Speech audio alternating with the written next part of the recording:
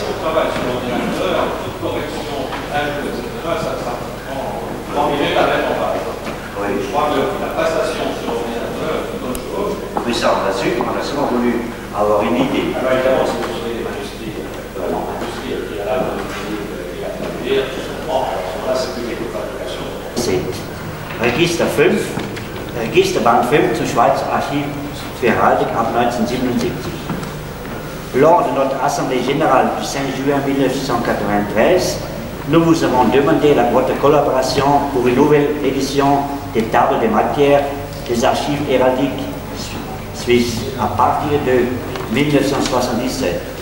J'ai l'honneur et plaisir à vous communiquer que Madame Dr. Sabine Sille, Madame Sille, vous vous montrer? Merci. Montigny-la-Ville s'est déclaré spontanément prêt à réaliser cet index dans les 5 années à venir. Madame Sille est bilingue, donc elle a toutes les suppositions pour cet immense travail. De tout cœur, je vous remercie. Madame.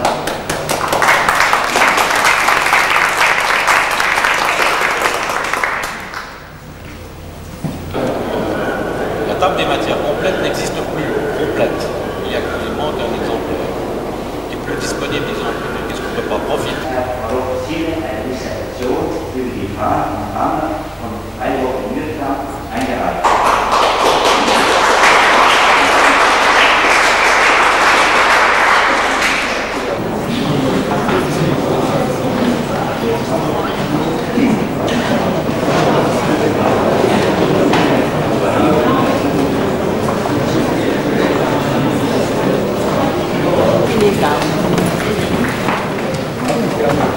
Moi j'ai un cycle qui est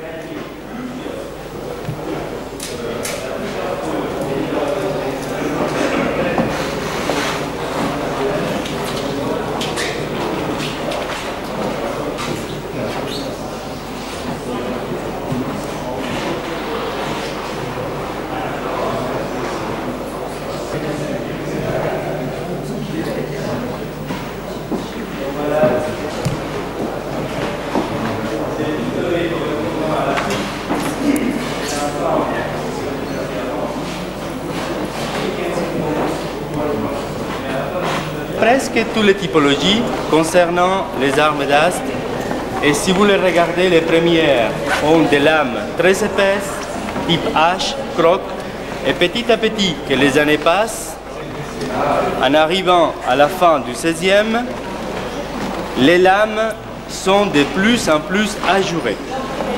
Comme par exemple toute cette série, où on commence à sortir des dessins type aigle, ou alors pour les deux autres hallebards des extrémités qui correspondent aux gardes de Louis XIV, du roi Soleil, d'où que l'emblème est au centre. Au niveau de la partie devant de ces armes d'astre, il y a une série de pièces d'artillerie, en tout cas très anciennes pour la Suisse et pour l'Europe centrale, toutes du XVe siècle, environ 1475, sauf ces petits canons qu'on appelle une lantaka, et que ce sont des canons qu'on utilise souvent en Philippines pour les navires de guerre et des corsaires. Dans cette zone, à ma droite, c'est ce qu'on appelle le trophée de l'escalade. Alors, à partir de là, lors de cette attaque vue pendant la nuit, l'esprit était tout simple, d'une part, détruire cette porte, la porte neuve, et dans ce qui est la coratérie, pour ceux qui connaissent la ville de Genève, on a essayé de gravir les remparts à partir de ce type de chars. Tous, et dans toutes les sociétés du monde, les noirs sont les méchants et les blancs sont les bons. D'où Savoyard égale à méchant, donc armure noire. Armure blanche égale au bon, donc les Genevois. c'est tout à fait logique. Et en réalité, la différence des armures noires et des armures blanches, elle réside simplement que les armures noires sont beaucoup plus faciles à nettoyer. Donc, elles sont peintes et soit elles sont brunies. Donc, on lui donne cette couleur à travers un vernis et une chaleur qui lui donne cette couleur. Donc, bruni, ça peut prendre des couleurs bleues, blanc ou même rougeâtres. Mais on utilise la terminologie bruni. Donc, les armures noires, malgré toutes les traditions genevoises, ce n'est pas pour qu'on ne les voit pas dans la nuit. C'est vrai qu'une armure noire, on les voit moins dans la nuit qu'une armure blanche. Mais autant les Genevois comme les Savoyards avaient des armures de ce type. Pas des autres. Les autres sont de la cavalerie genevoise des années 1575, donc 25 ans avant l'escalade. Et les gens qui utilisent à ce moment-là du pistolet, il est clair qu'ils ne peuvent pas viser à travers la rainure de l'armée de ce type d'armure.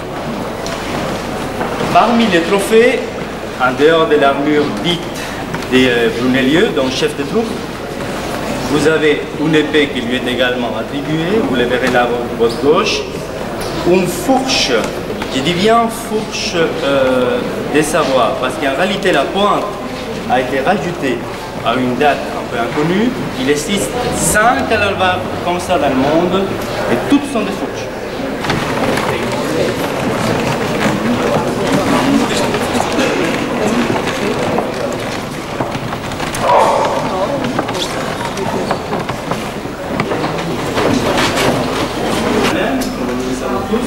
Et on répète, et on fait des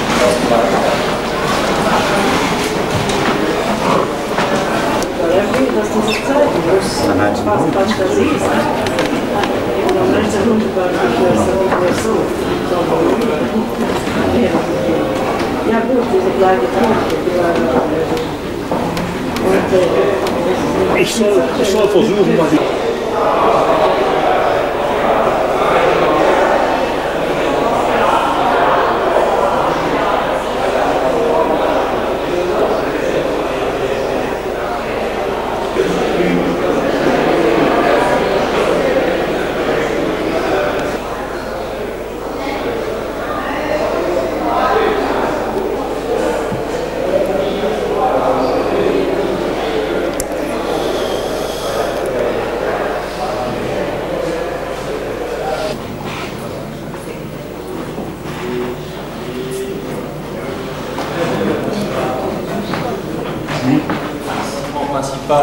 du musée d'art et d'histoire, et que vous avez pu apprécier, je crois, la collection d'armures et d'armes qui se trouve dans la pièce à côté et qui est une des deuxièmes collections donc, au monde que nous avons. Je sais que vous allez aussi demain à la maison Tavel. Je vous souhaite grand plaisir à visiter ce musée de notre vieux Genève. Et je vous invite, mesdames et messieurs, à boire le verre de l'amitié que le conseil administratif de la ville de Genève nous offre. Et je vous souhaite la bienvenue à Genève et aussi une bonne suite pour votre visite et un séjour à Genève. Voilà, mesdames et messieurs, je vous remercie de votre attention.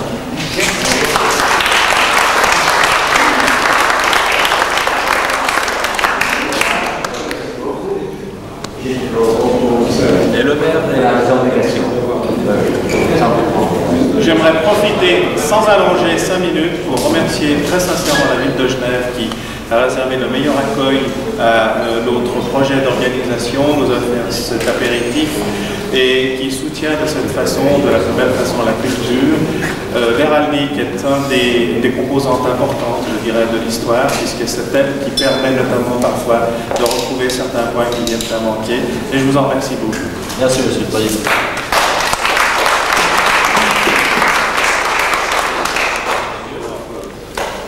Il nous reste plus qu'à voir le métier, je crois, et ils vont oser.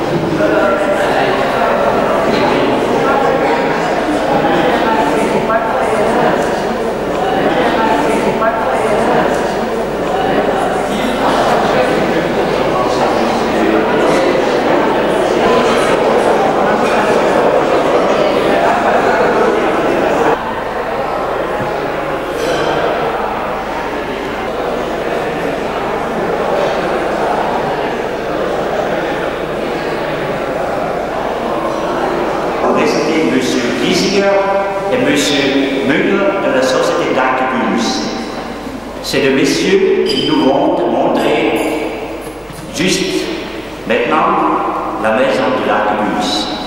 Je vous prie de suivre à ces deux messieurs. Merci. Die beiden Herren Münder und Giesinger werden uns durch das Haus der Kämpferschützen führen. Ich möchte Sie bitten, den Anordnungen der beiden Herren zu folgen. Danke. Vous êtes ici dans l'hôtel des exercices de l'arquebuse de navigation. Juste pour vous situer l'hôtel, c'est un bâtiment qui a été construit à la fin du siècle passé. Cette salle que l'on appelle la salle des rois est une salle dans laquelle la société tient ses banquets annuels.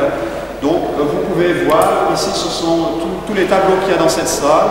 Ce sont soit d'anciens rois de la société de la navigation, soit d'anciens rois du tir, de la société de l'arquebuse. Par la suite, nous avons également différents présidents, mais je m'en fasse vous dire, il n'y a pas tous les présidents qui sont sur tableau.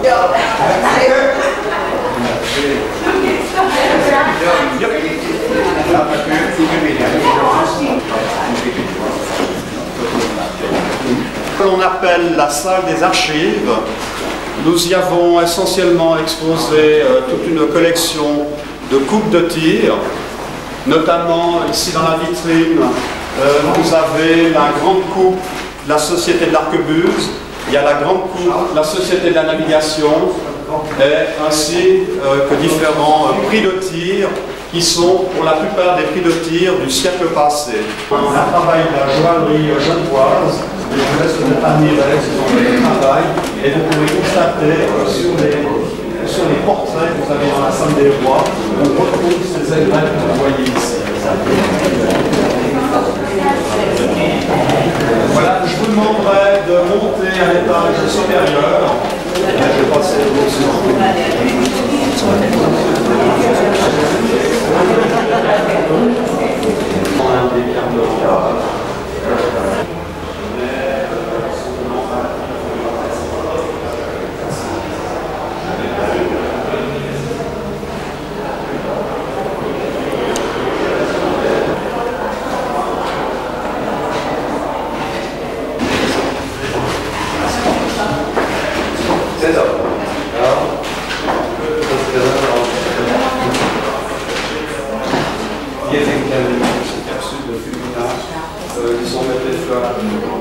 Donc ça, ce sont des armes qui ont été en vigueur entre 1840 et 1860.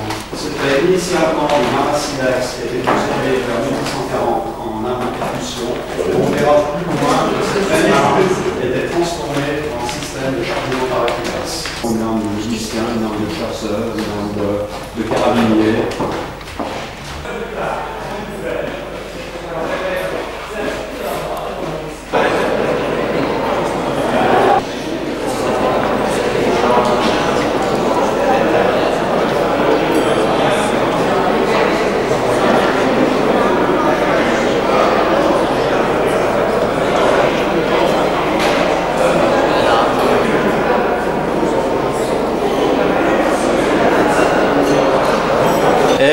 Plus exactement, la raison est très simple, c'est qu'au centre où vous voyez actuellement les armoiries de Genève, il y avait les armoiries suisses. Donc au centre, auparavant, on avait la croix suisse, et ici, à l'extrémité, le drapeau, l'emblème genevois. Donc il nous a été il était très facile pour nous de mettre le drapeau jurassien ici et de remplacer la croix suisse par l'emblème genevois, tout simplement.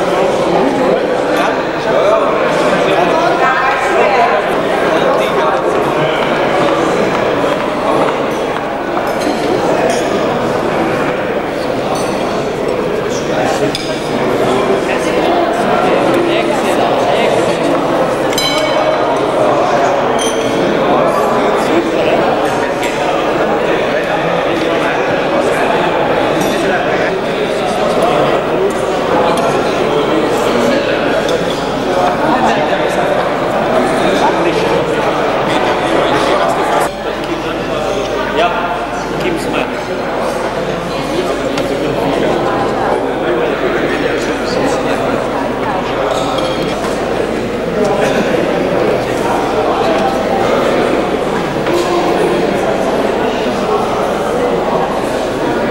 Monsieur le Président, Mesdames, Messieurs, c'est pour moi ce soir un très grand honneur que de vous donner un raccourci très succinct de l'histoire des exercices. Parce que parler des exercices de l'arquebuse et de la navigation en 15-20 minutes, alors qu'il s'agit de 500 ans d'histoire, tient du prodige, du record. On va subsister. Et puis, viendront, disons, notamment au XVIe siècle, puisque dans le fond, on vous a parlé souvent de cette date de 1474 qui correspond à un don, à un prix, mais ce qui n'est pas la date de la fondation de l'exercice de l'arquebuse, qui pendant très longtemps fut appelé aussi exercice de la coulevrine. Les coulevriniers viennent avant, si vous voulez, les arquebusiers. Au XVIe siècle, il va y avoir de grandes transformations, parce que je ne peux pas parler, disons, de l'exercice de l'arquebuse sans mentionner les paroles de Genève, parce qu'ils sont indissociables. Et le mois de l'exercice après le plan de l'eau. Les tensions, n'est pas toujours chose, et c'est évidemment celui qui réussissait le coup, évidemment, c'est davantage. Et dans le fond, c'est ce que nous retrouverons nous plus tard, n'est-ce pas, sous une autre forme, mais la défense de technicisme personnel dans les signifies qu'il y avait ces fameuses aigrettes. On est clairement des mots aujourd'hui. Ceci est une chose très riche. On a ce qu'on appelle le fameux trésor dans lequel la reine est avec le roi, bien sûr, reçoit les invités. Tout ceci coûte très cher. Le premier coup du roi, la noblesse nous dirons plus, disons, quelques personnages qui sont de passage. La noblesse est du roi pour, au fait, la petite guerre pour pouvoir envahir la cité et le buffet. On pourrait même venir par Bordeaux, mais là, déjà au 7e, bien sûr, c'est au fait l'homme du gouvernement sur ce qui se passe en fait, à l'éthique.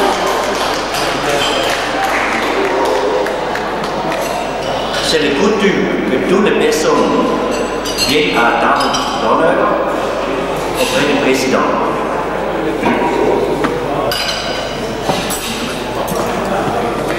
Oui, alors, monsieur Dominique. Et puis Bernard Guizillière d'abord.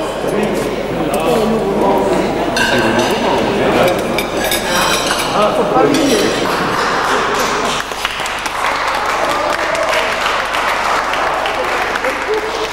Ça m'a fait plaisir de faire votre connaissance et de voir mon ancien collègue dessinateur, M. Bernard Boulance.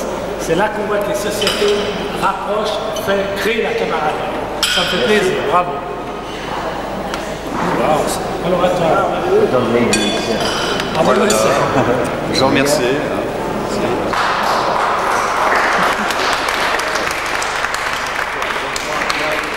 Merci, je vous remercie. Merci, c'est beaucoup plaisir. Madame Dominique. C'est Madame Dominique. Madame Dominique.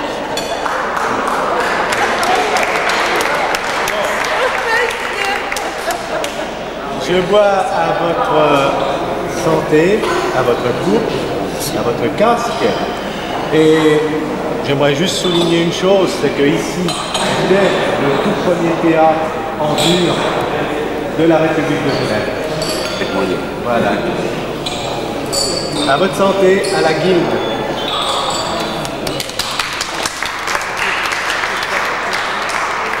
Merci. Merci. D'accord. Merci de moi.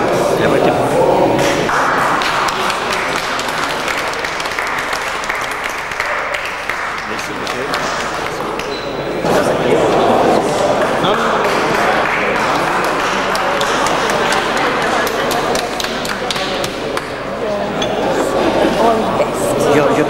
Scotland? No? I'm Indian. Indian.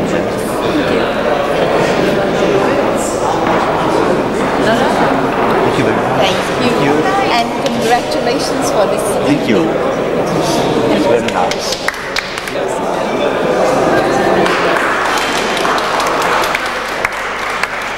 Merci, madame.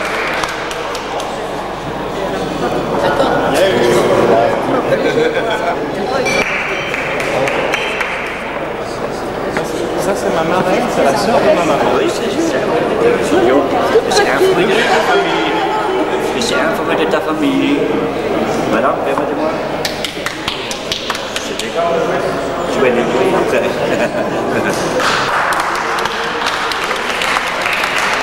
Merci beaucoup.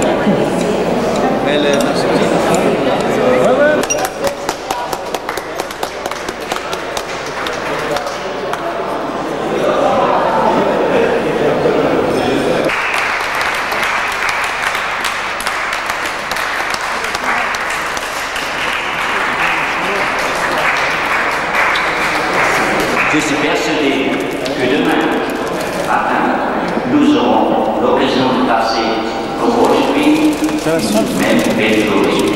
Oui.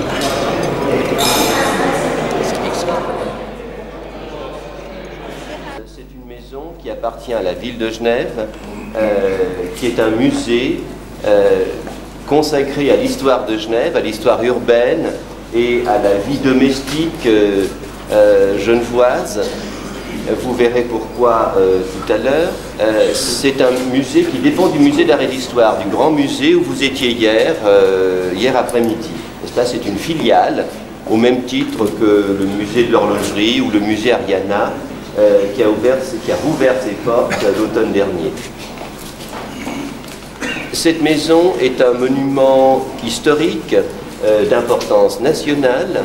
Il est classé sur le plan fédéral pour son ancienneté, pour ses particularités et historiques et surtout architecturales. Vous avez remarqué sur la rue du Puy-Saint-Pierre, donc la rue où donne la façade médiévale. Vous avez remarqué sans doute la tour, vous avez aussi remarqué les têtes sculptées qui font l'intérêt, le grand intérêt de cette façade. Cette maison a appartenu à la famille Tavel, une famille seigneuriale de la ville et de la région, et qui a laissé son nom, donc c'est le patronyme de la maison qu'on utilise aujourd'hui. Et cette famille avait une maison ici, déjà attestée à la fin du XIIIe siècle, et parce qu'on sait assez peu de choses sur les origines de cette maison, si ce n'est que cette première maison Tavel est ravagée et détruite lors d'un incendie de la ville en 1334 et que la famille Tavel l'a reconstruit peu après. Et c'est les têtes sculptées comme la façade, comme la substance architecturale que vous avez ici qui date de cette reconstruction. Donc c'est une maison reconstruite dans le deuxième quart du XIVe siècle.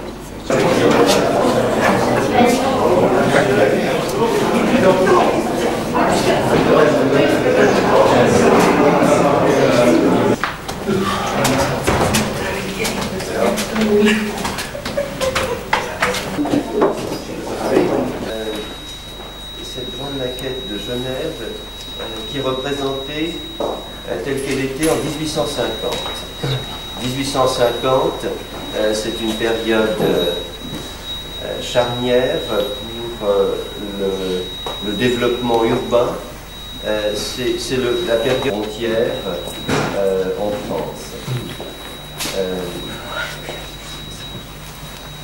Genève, jusqu'à cette époque, était vraiment une place forte. C'est une place forte qui s'est...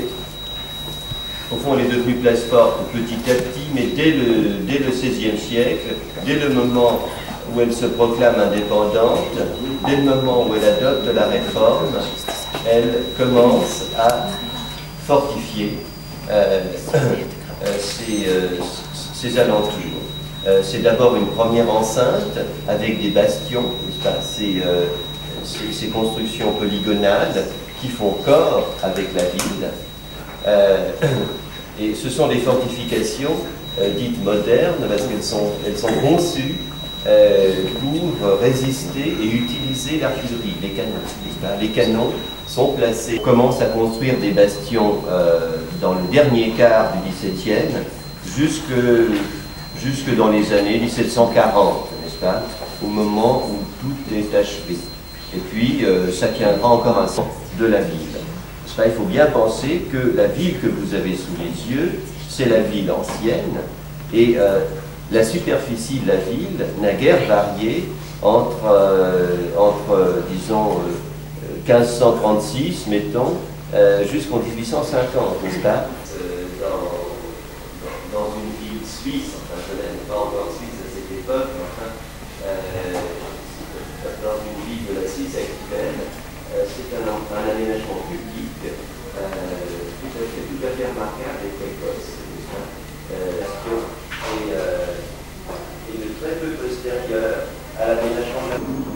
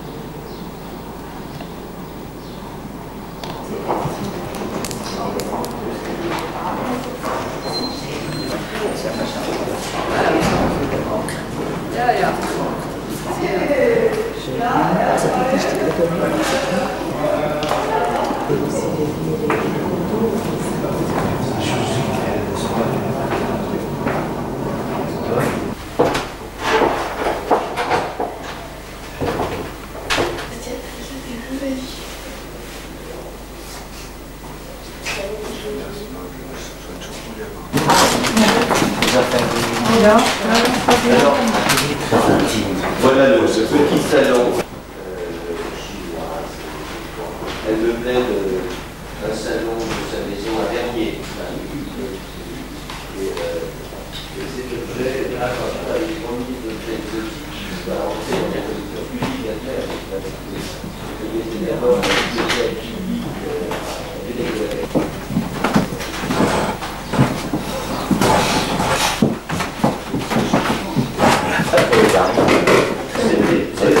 c'est pour les dames ici, hein. Il faut se régler.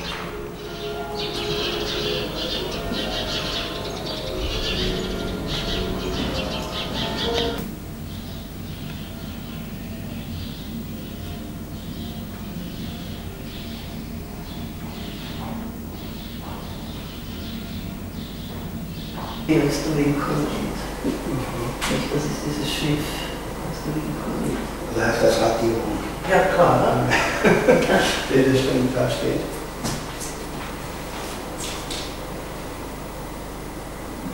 Die kolorierten Zeichnungen hier. Ganz schick. Diese Akribie, das ist das, was schön da oben mit diesem Modell.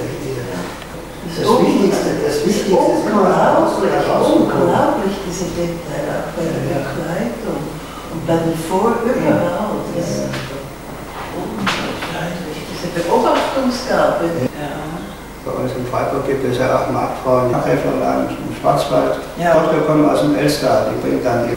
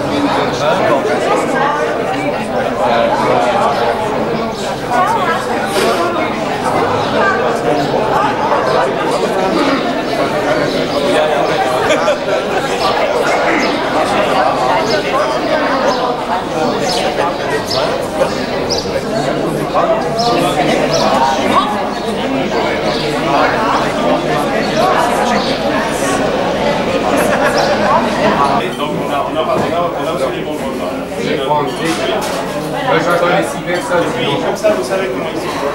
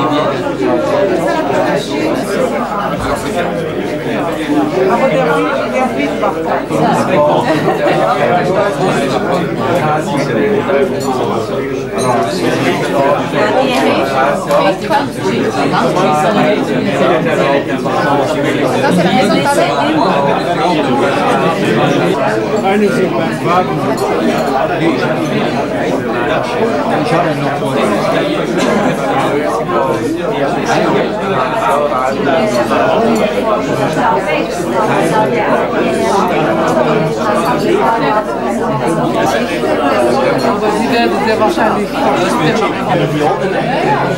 aber jetzt mit der Computer, wo er seine Briefe Un percheron, ça n'a l'air de rien, c'est large, c'est gros, c'est machin, etc. Une arme